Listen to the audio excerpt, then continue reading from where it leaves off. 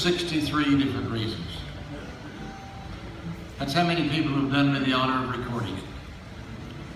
I wrote this song in 1966. I was 7 years old. The first person to record it was the great Ray Charles. And then the next year, Nancy Sinatra had a single on it, and then Dean Martin releases a single the next year. And Glenn Campbell and Frankie Lane, Bobby Goldsboro, lots of other folks recorded it, and then about 8 years ago, George Strait came. So it's really been good to me.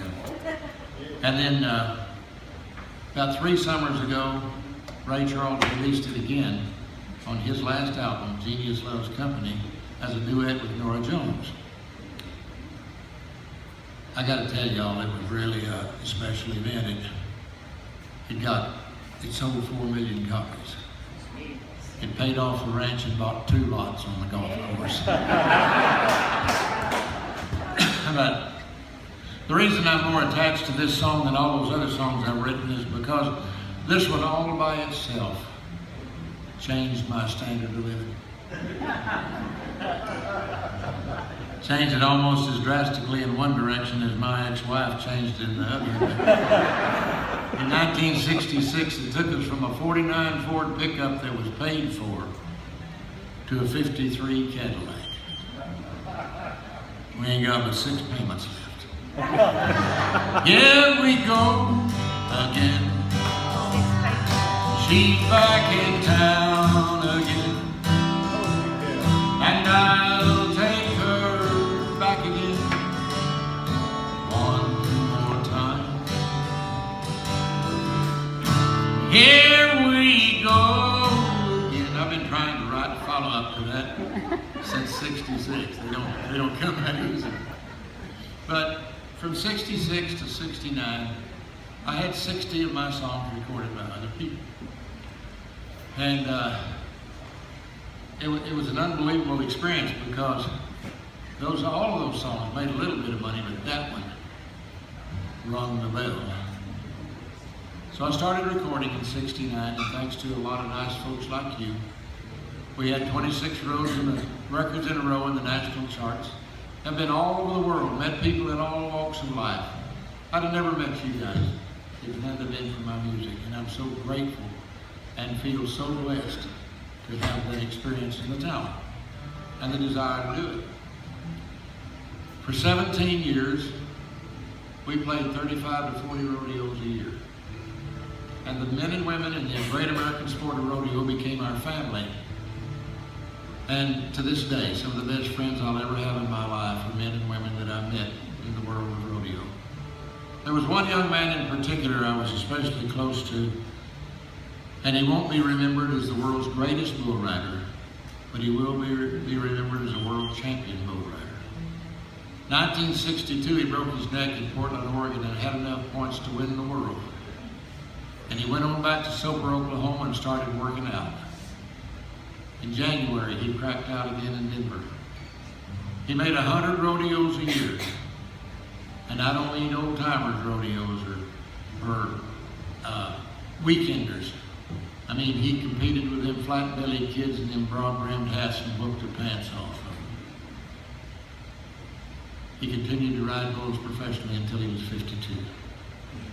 The story I want to tell you about took place on December the 1st, 1967, at the opening performance of the National Finals Rodeo at the old Jim Norick Arena at the Fairgrounds in Oklahoma City. And that night, the average age of the bull rider was 19 and a half. This young man was 46.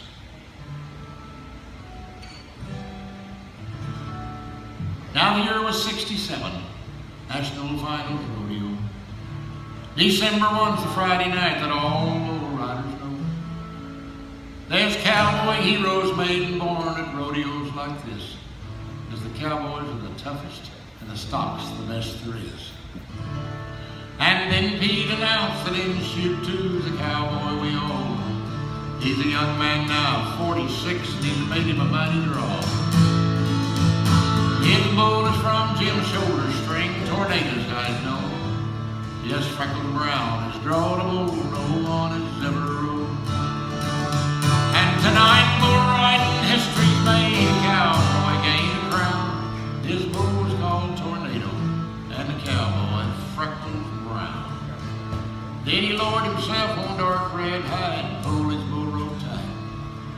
tapped her twice and jerked her hard, made sure he pulled her right.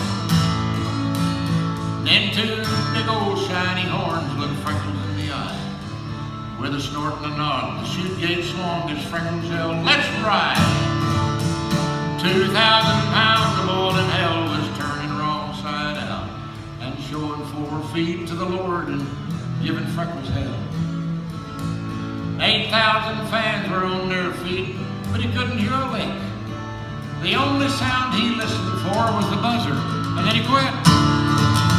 And tonight, Bull Royden, history's made. A cowboy gained a crown. His bull was called Tornado, and a cowboy, Freckles Brown. Then it seemed the world exploded as Freckles hit the ground. Swung his hat around his head and he shouted with the crowd. A cowboy hero born that day, and Freckles totes the load. 200 times that bull had bucked the first time it'd been rode. Now while we're giving credit, friends, we know the credit's due to our friend Freckles, and he's a hero. But old Tornado gets some too. 'Cause without that bull to show him off, ain't no cowboy got a call. 'Cause the only time he'll ever win is to get lucky when he draws. So if bulls have got a heaven, and somehow we're sure they do, let's hope Tornado's up there. Let's hope the Lord has let him through, and let's hope his pasture is the greenest, that his stock tank is never dry. And I hope there ain't a single spur to gouge his ugly hide. And I hope them cowboys up there keep him fat and treat him kind.